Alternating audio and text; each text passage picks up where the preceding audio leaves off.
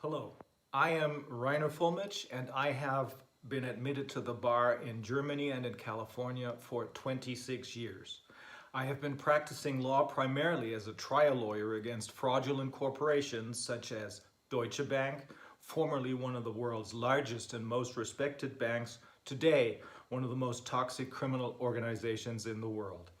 VW, one of the world's largest and most respected car manufacturers, today notorious for its giant diesel fraud, and Kuehne and Nagel, the world's largest shipping company. We're suing them in a multi-million-dollar bribery case. I'm also one of 4 members of the German Corona Investigative Committee. Since July 10th, 2020, this committee has been listening to a large number of international scientists and experts' testimony to find answers to questions about the corona crisis, which more and more people worldwide are asking. All the above-mentioned cases of corruption and fraud committed by the German corporations pale in comparison in view of the extent of the damage that the corona crisis has caused and continues to cause.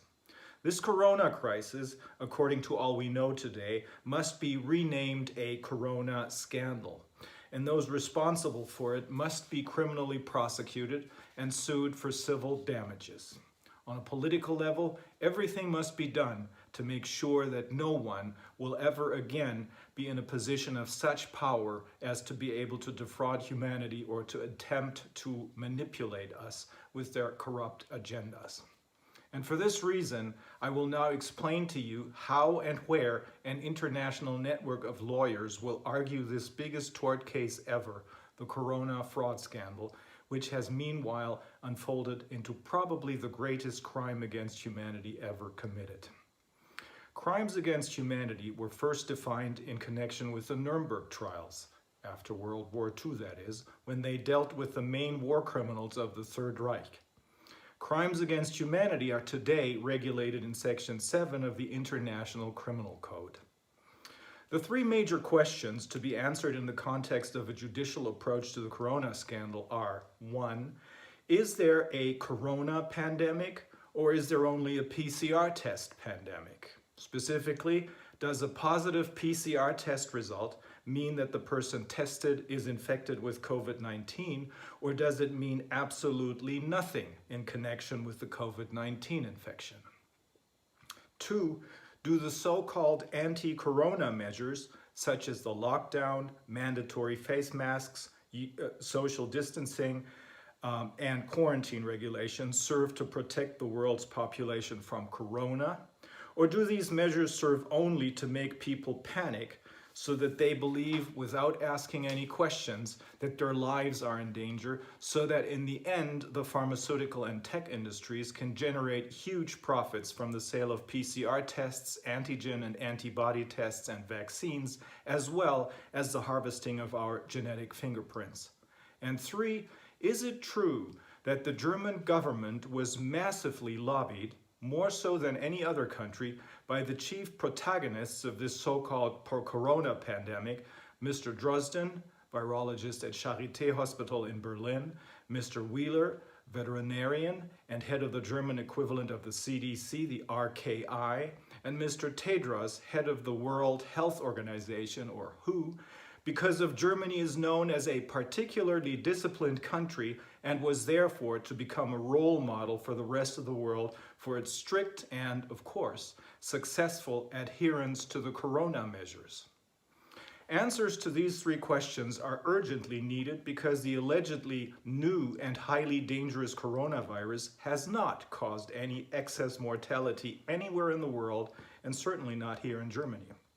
But the anti-corona measures, whose only basis are the PCR test results, which are in turn all based on the German Drosten test, have, in the meantime, caused the loss of innumerable human lives and have destroyed the economic existence of countless companies and individuals worldwide. In Australia, for example, people are thrown into prison if they do not wear a mask or do not wear it properly as deemed by the authorities. In the Philippines, people who do not wear a mask or do not wear it properly in this sense are getting shot in the head. Let me first give you a summary of the facts that they present as they present themselves today. The most important thing in a lawsuit is to establish the facts, that is, to find out what actually happened. That is because the application of the law always depends on the facts at issue. If I want to prosecute someone for fraud, I cannot do that by presenting the facts of a car accident. So what happened here regarding the alleged corona pandemic? The facts laid out below are to a large extent the result of the work of the Corona Investigative Committee. This committee was founded on July 10th by 4 lawyers in order to determine, through hearing expert testimony of international scientists and other experts, 1, how dangerous is the virus really? 2, what is the significance of a positive PCR test? 3, what collateral damage has been caused by the corona measures, both with respect to the world's population's health and with respect to the world's economy? Let me start with a little bit of background information. What happened in May 2019 and then in early 2020, and what happened 12 years earlier with the swine flu, which many of you may have forgotten about? In May of 2019, the stronger of the 2 parties which govern Germany in a grand coalition, the CDU, held a Congress on Global Health, apparently at the instigation of important players from the pharmaceutical industry and the tech industry. At this Congress, the usual suspects, you might say, gave their speeches. Angela Merkel was there and the German Secretary of Health, Jens Spahn. But some other people whom one would not necessarily expect to be present at such a gathering were also there. Professor Drosten, virologist from the Charité Hospital in Berlin, Professor Wheeler, veterinarian and head of the RKI, the German equivalent of the CDC, as well as Mr. Tedros, philosopher and head of the World Health Organization, WHO. They all gave speeches there. Also present and giving speeches were the chief lobbyists of the world's 2 largest health funds, namely the Bill and Melinda Gates Foundation and the Wellcome Trust. Less than a year later, these very people called the shots in the proclamation of the worldwide corona pandemic, made sure that mass PCR tests were used to prove mass infections with COVID-19 all over the world, and are now pushing for vaccines to be invented and sold worldwide. These infections, or rather the positive test results that the PCR tests delivered, in turn became the justification for worldwide lockdowns, social distancing, and mandatory face masks. It is important to note at this point that the definition of a pandemic was changed 12 years earlier. Until then, a pandemic was considered to be a disease that spread worldwide and which led to many serious illnesses and deaths. Suddenly, and for reasons never explained, it was supposed to be a worldwide disease only. Many serious illnesses and many deaths were not required anymore to announce a pandemic. Due to this change, the WHO, which is closely intertwined with the global pharmaceutical industry, was able to declare the swine flu pandemic in 2009, with the result that vaccines were produced and sold worldwide on the basis of contracts that have been kept secret until today. These vaccines proved to be completely unnecessary because the swine flu eventually turned out to be a mild flu and never became the horrific plague that the pharmaceutical industry and its affiliated universities kept announcing it would turn into, with millions of deaths certain to happen if people didn't get vaccinated. These vaccines also led to serious health problems. About 700 children in Europe fell incurably ill with narcolepsy and are now forever severely disabled. The vaccines bought with millions of taxpayers' money had to be destroyed with even more taxpayers' money. Already then, during the swine flu, the German virologist Drosten was one of those who stirred up panic in the population, repeating over and over again that the swine flu would claim many hundreds of thousands, even millions of deaths all over the world. In the end, it was mainly thanks to Dr. Wolfgang Wodak and his efforts as a member of the German Bundestag and also a member of the Council of Europe that this hoax was brought to an end before it would lead to even more serious consequences. Fast forward to March of 2020. When the German Bundestag announced an epidemic situation of national importance, which is the German equivalent of a pandemic, in March of 2020, and based on this, the lockdown with the suspension of all essential constitutional rights for an unforeseeable time, there was only one single opinion on which the federal government in Germany based its decision. In an outrageous violation of the universally accepted principle audiatur et altera pars, which means that one must also hear the other side, the only person they listened to was Mr. Drosten. That is the very person whose horrific, panic-inducing prognoses had proved to be catastrophically false 12 years earlier. We know this because a whistleblower named David Sieber, a member of the Green Party, told us about it. He did so first on August 29th, 2020 in Berlin, in the context of an event at which Robert F. Kennedy Jr. also took part and at which both men gave speeches. And he did so afterwards in one of the sessions of our Corona committee. The reason he did this is that he had become increasingly skeptical about the official narrative propagated by politicians and the mainstream media. He had therefore undertaken an effort to find out about other scientists' opinions and had found them on the internet. There, he realized that there were a number of highly renowned scientists who held a completely different opinion, which contradicted the horrific prognoses of Mr. Drosten. They assumed, and still do assume, that there was no disease that went beyond the gravity of the seasonal flu, that the population had already acquired cross or T-cell immunity against this allegedly new virus, and that there was therefore no reason for any special measures, and certainly not for vaccinations. These scientists include Professor John Ioannidis of Stanford University in California, a specialist in statistics and epidemiology, as well as public health, and at the same time the most quoted scientist in the world, Professor Michael Levitt, Nobel Prize winner for chemistry, and also a biophysicist at Stanford University, the German professors Karin Mölling, Susharit Bhakti, Knut Witkowski, as well as Stefan Homburg, and now many, many more scientists and doctors worldwide, including Dr. Mike Yeadon. Dr. Mike Yeadon is the former vice president and scientific director of Pfizer, one of the largest pharmaceutical companies in the world. I will talk some more about him a little later. At the end of March, beginning of April of 2020, Mr. Sieber turned to the leadership of his Green Party with the knowledge he had accumulated and suggested that they present these other scientific opinions to the public and explain that, contrary to Mr. Drosten's doomsday prophecies, there was no reason for the public to panic.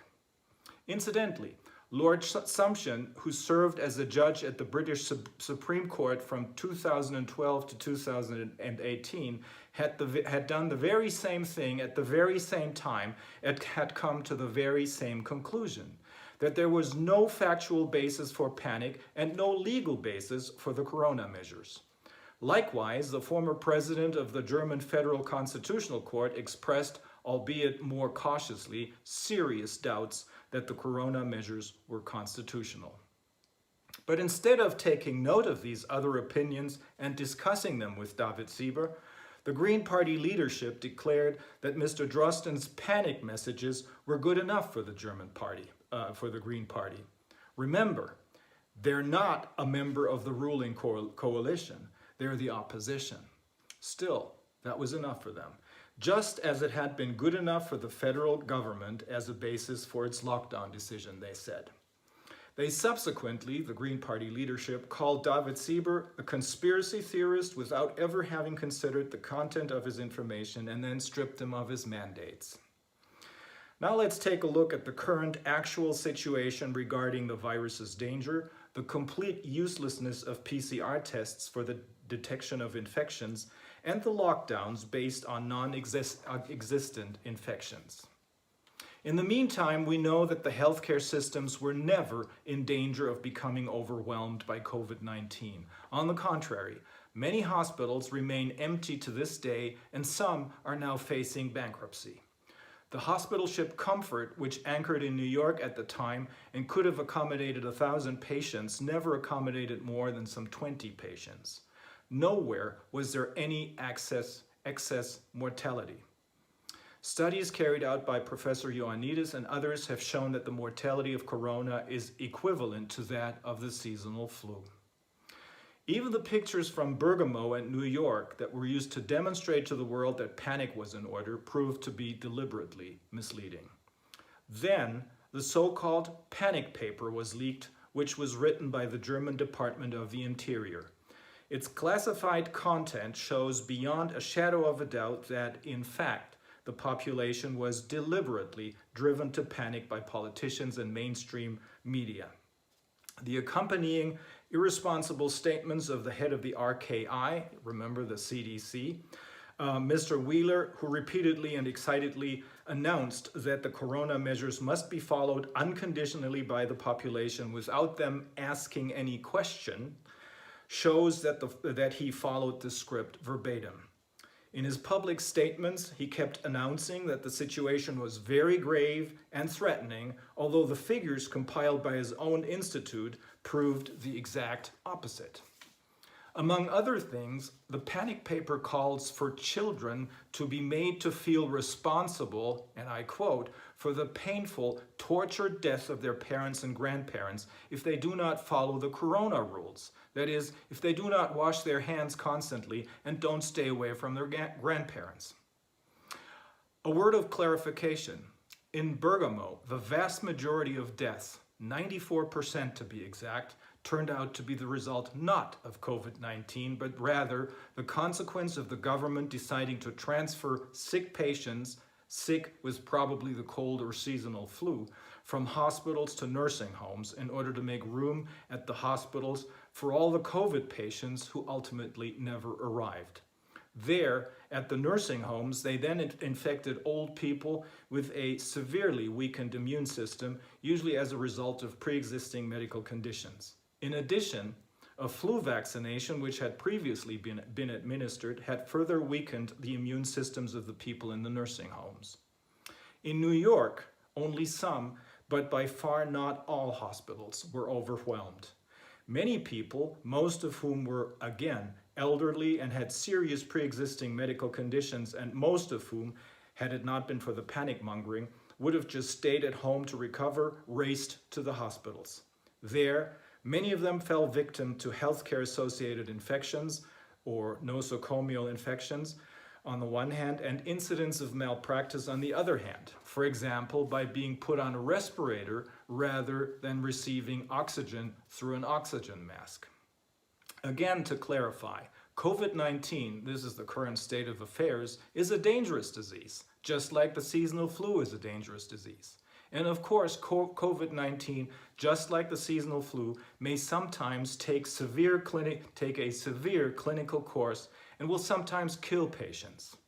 However, as autopsies have shown, which were carried out in Germany in particular by the forensic scientist Professor Klaus Püschel in Hamburg, the fatalities he examined had almost all been caused by serious pre-existing conditions, and almost all of the people who had died at a very old age, just like in Italy, meaning they had lived beyond their average life expectancy.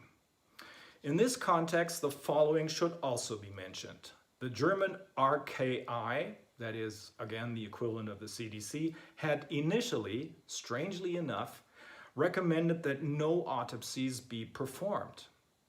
And there are numerous credible reports that doctors and hospitals worldwide had been paid money for declaring a deceased person a victim of COVID-19 rather than writing down the true cause of death on the death certificate, for example, a heart attack or a gunshot wound. Without the autopsies, we would never know that the overwhelming majority of the alleged COVID-19 victims had died of completely different diseases, but not of COVID-19.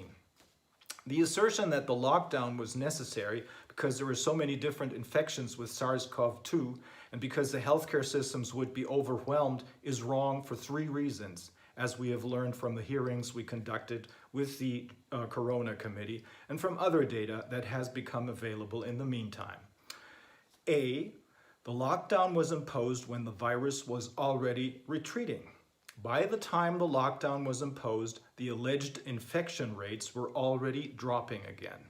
B, there's already protection from the virus because of cross or T-cell immunity.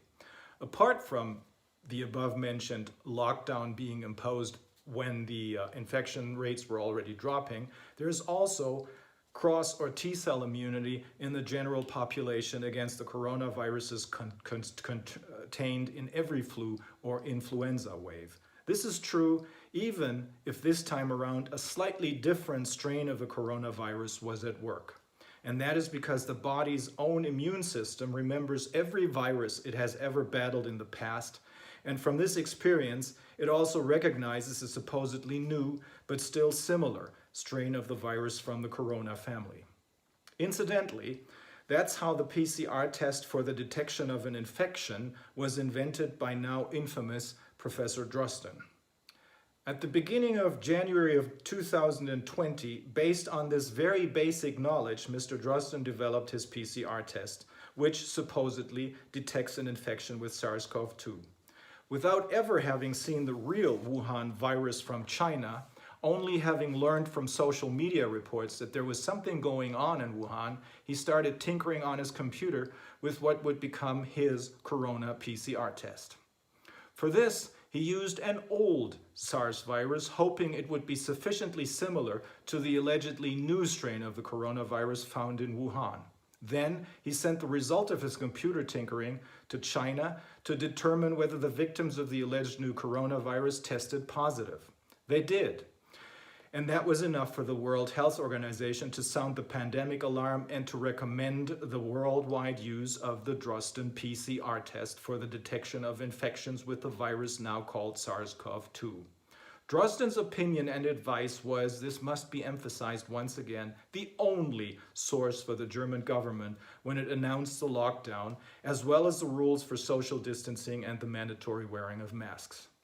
And this must also be emphasized once again, Germany apparently became the center of especially massive lobbying by the pharmaceutical and tech industry because the world, with reference to the allegedly disciplined Germans, should do as the Germans do in order to survive the pandemic. C. And this is the most important part of our fact-finding. The PCR test is being used on the basis of false statements, not based on scientific facts with respect to infections.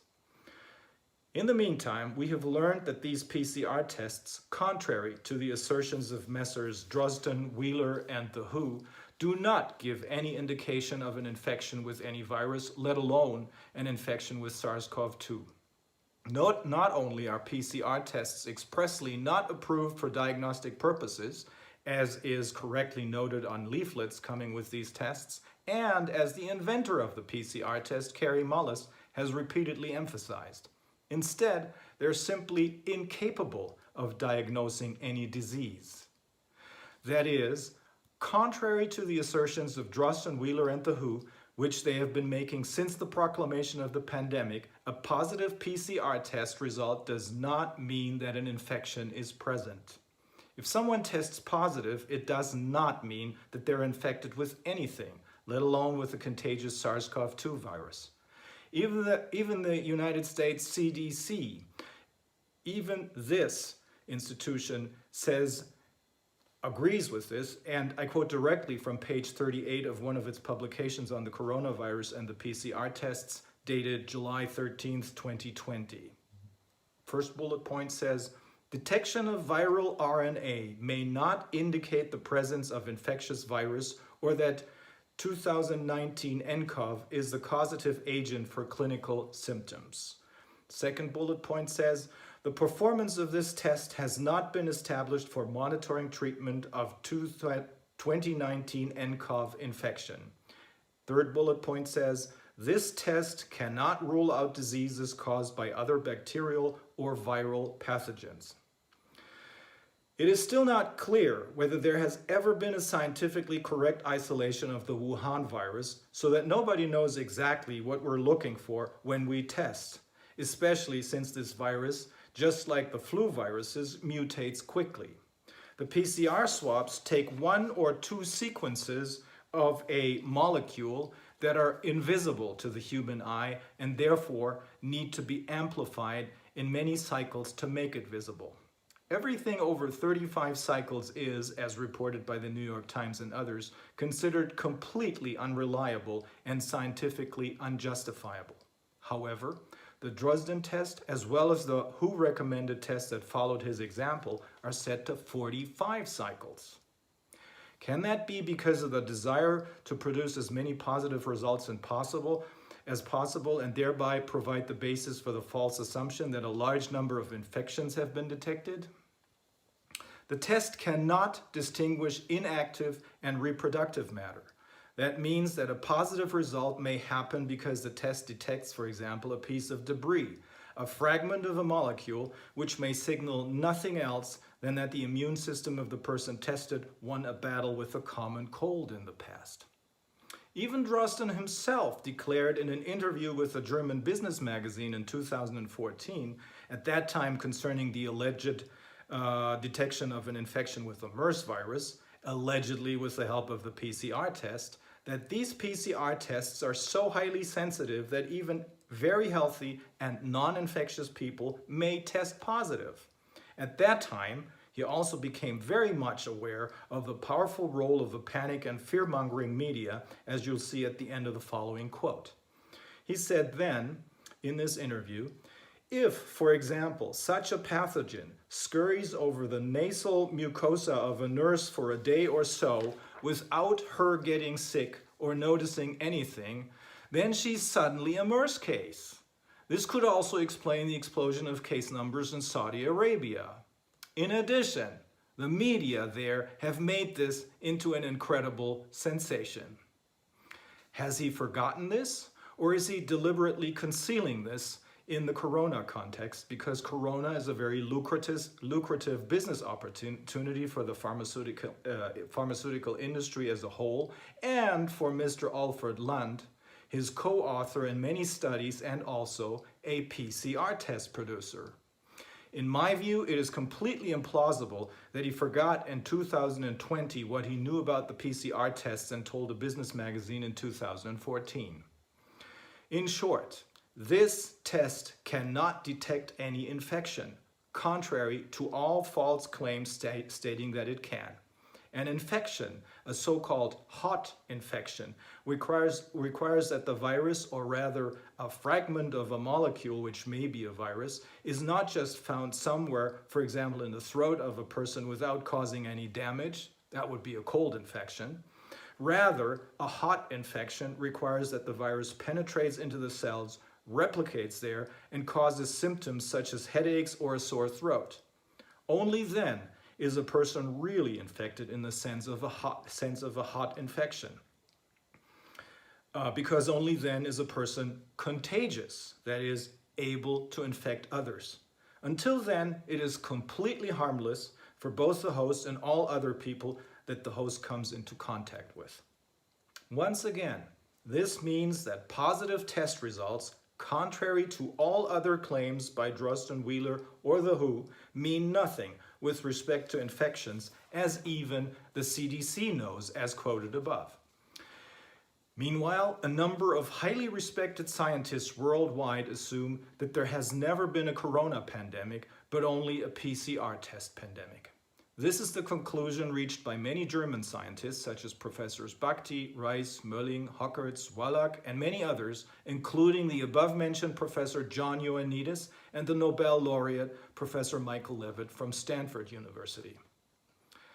The most recent such opinion is that of the aforementioned Dr. Mike Yeadon, a former vice president and chief science officer at Pfizer, who held this position for 16 years.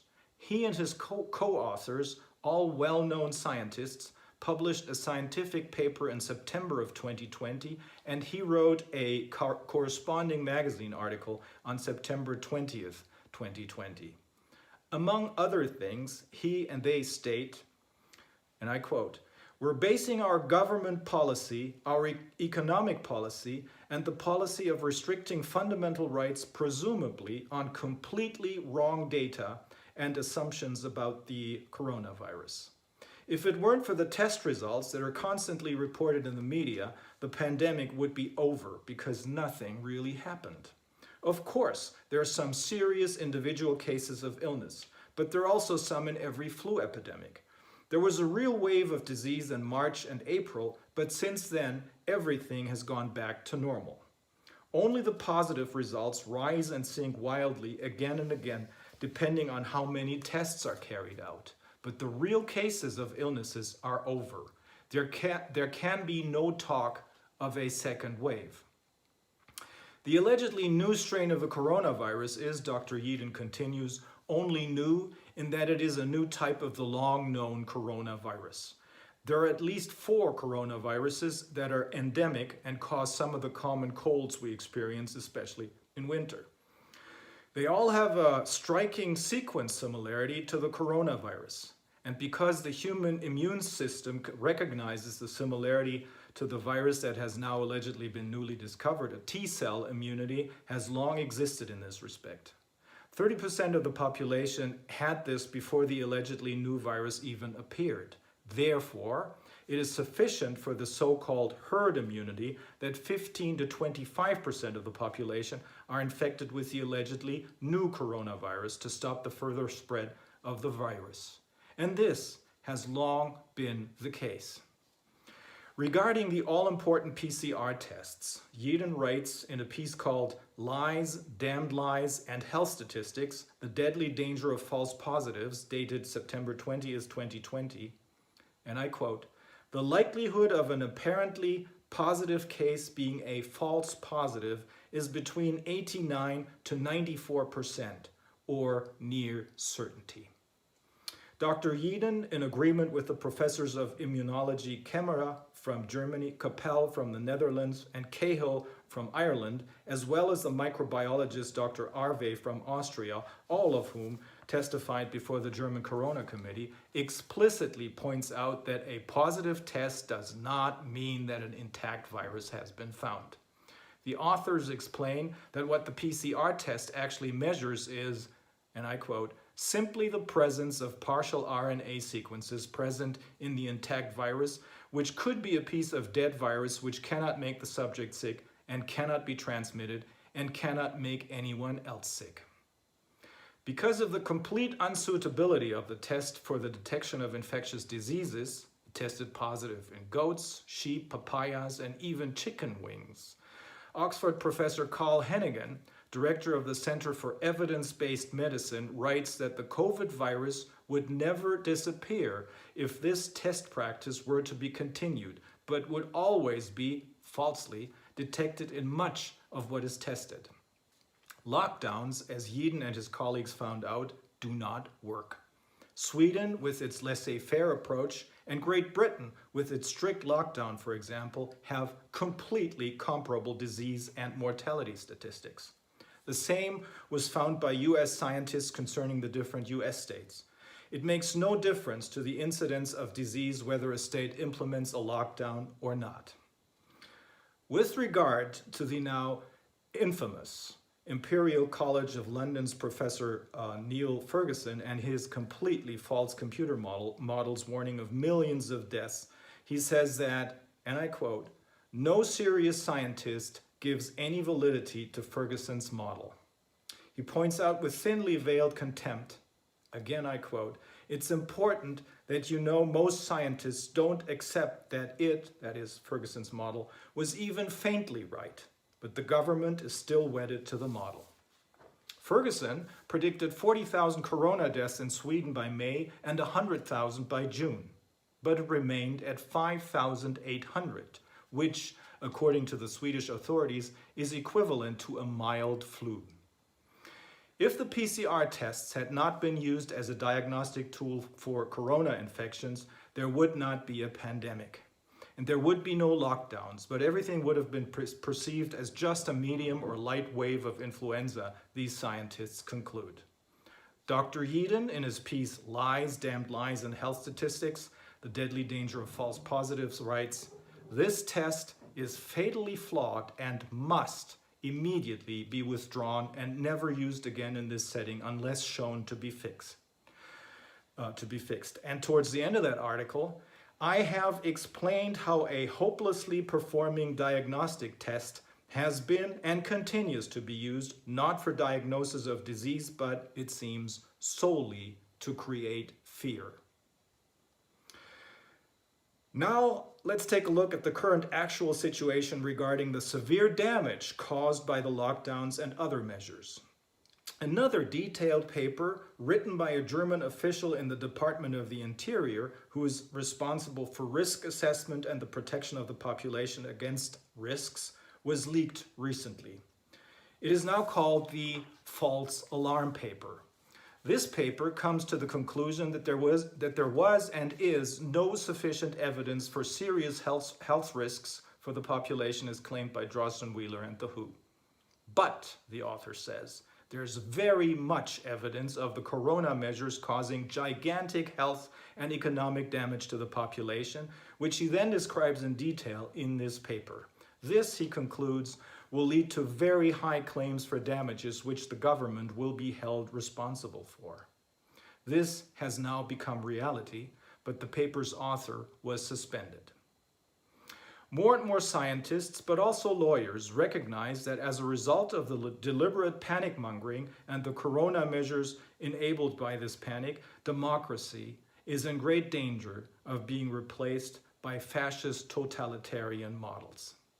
As I already mentioned above, in Australia, people who do not wear the masks, which more and more studies show are hazardous to health, or who allegedly do not wear them correctly, are arrested, handcuffed, and thrown into jail. In the Philippines, they run the risk of getting shot. But even in Germany and in other previously civilized countries, children are taken away from their parents if they do not comply with quarantine regulations, distance regulations, and mask-wearing regulations. According to psychologists and psychotherapists who testified before the Corona Committee, children are traumatized en masse, with the worst psychological consequences yet to be expected in the medium and long term. In Germany alone, 500,000 to 800,000 bankruptcies are expected in the fall to strike small and medium-sized businesses, which form the backbone of the economy. This will result in incalculable tax losses and incalculably high and long-term Social Security money transfers for, among other things, unemployment benefits. Since in the meantime, pretty much everybody is beginning to understand the full devastating impact of the completely unfounded corona measures, I will refrain from detailing this any further. Let me now give you a summary of the legal consequences. The most difficult part of a lawyer's work is always to establish the true facts, not the application of the legal rules to these facts.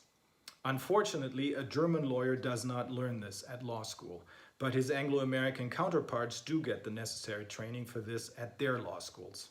And probably for this reason, but also because of the much more pronounced independence of the Anglo-American judiciary, the Anglo-American law of evidence is much more effective in practice than the German one. A court of law can only decide a legal dispute correctly if it has previously determined the facts correctly, which is not possible without looking at all the evidence. And that's why the law of evidence is so important. On the basis of the facts summarized above, in particular those established with the help of the work of the German Corona Committee, the legal evaluation is actually simple. It is simple for all civilized legal systems, regardless of whether these legal systems are based on civil law, which follows the Roman law more closely, or whether they are based on Anglo-American common law, which is only loosely connected to Roman law. Let's first take a look at the unconstitutionality of the measures. A number of German law professors, including Professors Kingreen, Morswig, Jungblut, and Foskerau have stated either in written expert opinions or in interviews, in line with the serious doubts expressed by the former president of the Federal Constitutional Court with respect to the constitutionality of the corona measures, that these measures, the corona measures, are without a sufficient factual basis and also without a sufficient legal basis, and are therefore unconstitutional and must be repealed immediately. Very recently, a judge, Thorsten Schleif is his name, declared publicly that the German judiciary, just like the general public, has been so panic-stricken that it was no longer able to administer justice properly. He says that the courts of law, and I quote, have all too quickly waved through coercive measures which for millions of people all over Germany represent massive suspensions of their constitutional rights. He points out that German citizens, again I quote, are currently experiencing the most serious encroachment on their constitutional rights since the founding of the Federal Republic of Germany in 1949. In order to contain the corona pandemic, federal and state governments have intervened, he says, massively and in part threatening the very existence of the country, as it is guaranteed by the constitutional rights of the people. What about fraud, intentional infliction of damage, and crimes against humanity? Based on the rules of criminal law, asserting false facts concerning the PCR tests or intentional misrepresentation, as it was committed by Messrs. Drosten and Wheeler as well as the WHO, can only be assessed as fraud. Based on the rules of civil tort law, this translates into intentional infliction of damage. The German professor of civil law, Martin Schwab, supports this finding in public interviews. In a comprehensive legal opinion of around 180 pages, he has familiarized himself with the subject matter like no other legal scholar has done thus far, and in particular has provided a detailed account of the complete failure of the mainstream media to report on the true facts of this so-called pandemic. Messrs. Drosten, Wheeler, and Tedros of the WHO all knew, based on their own expertise or the expertise of their institutions, that the PCR tests cannot provide any information about infections, but asserted over and over again to the general public that they can, with their counterparts all over the world repeating this. And they all knew and accepted that on the basis of their recommendations, the governments of the world would decide on lockdowns, the rules for social distancing, and mandatory wearing of masks, the latter representing a very serious health hazard, as more and more independent studies and expert statements show. Under the rules of civil tort law, all those who have been harmed by these PCR test-induced lockdowns are entitled to receive full compensation for their losses. In particular, there is a duty to compensate, that is, a duty to pay damages for the loss of profits suffered by companies and self-employed persons as a result of the lockdown and other measures. In the meantime, however, the anti-corona measures have caused and continue to cause such devastating damage to the world's population's health and economy that the crimes committed by Messrs. Drosten, Wheeler, and the WHO must be legally qualified as actual crimes against humanity, as defined in Section 7 of the International Criminal Code. How can we do something? What can we do? Well, the class action is the best route to compensatory damages and to political consequences. The so-called class action lawsuit is based on English law and exists today in the USA and in Canada.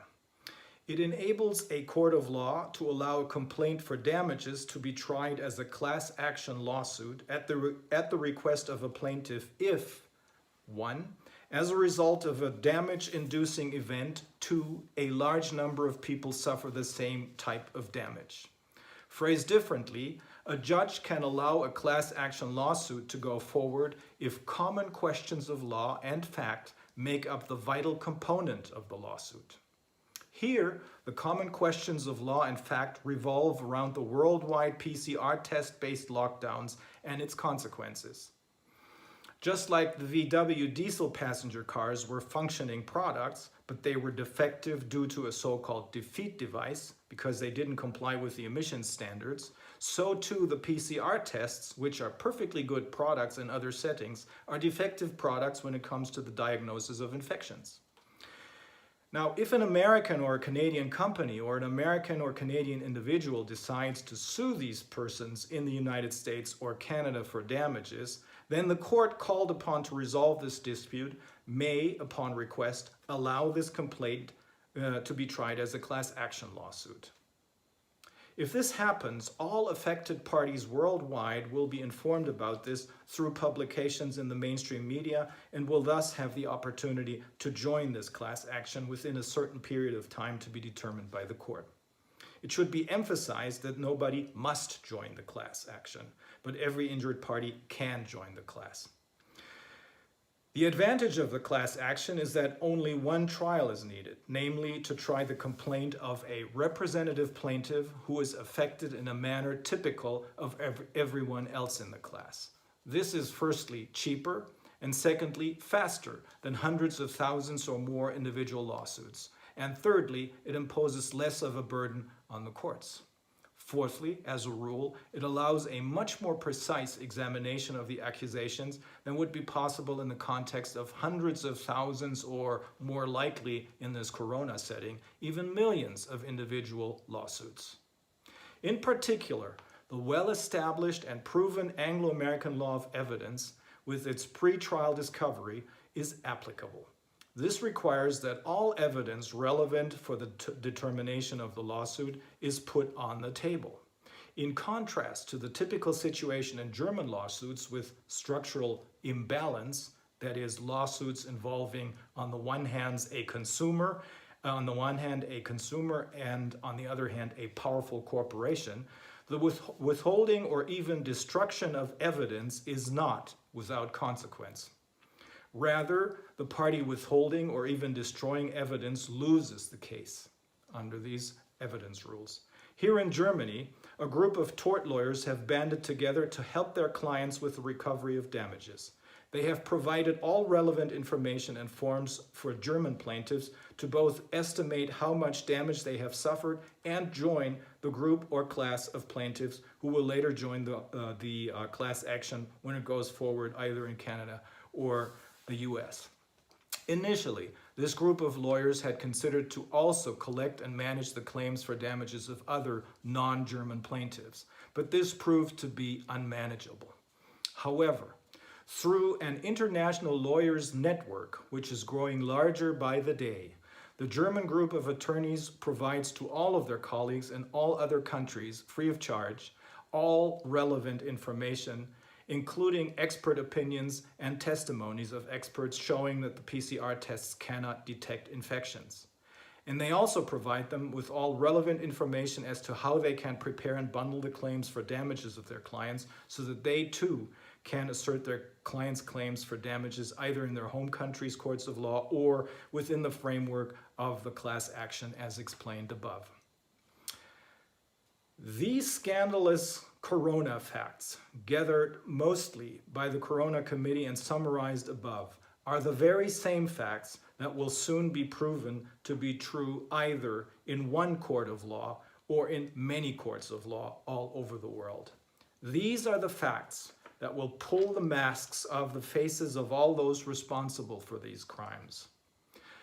To the politicians who believed those corrupt people, these facts are hereby offered as a lifeline that can help you readjust your course of action and start the long overdue public scientific discussion and not go down with those charlatans and criminals. Thank you.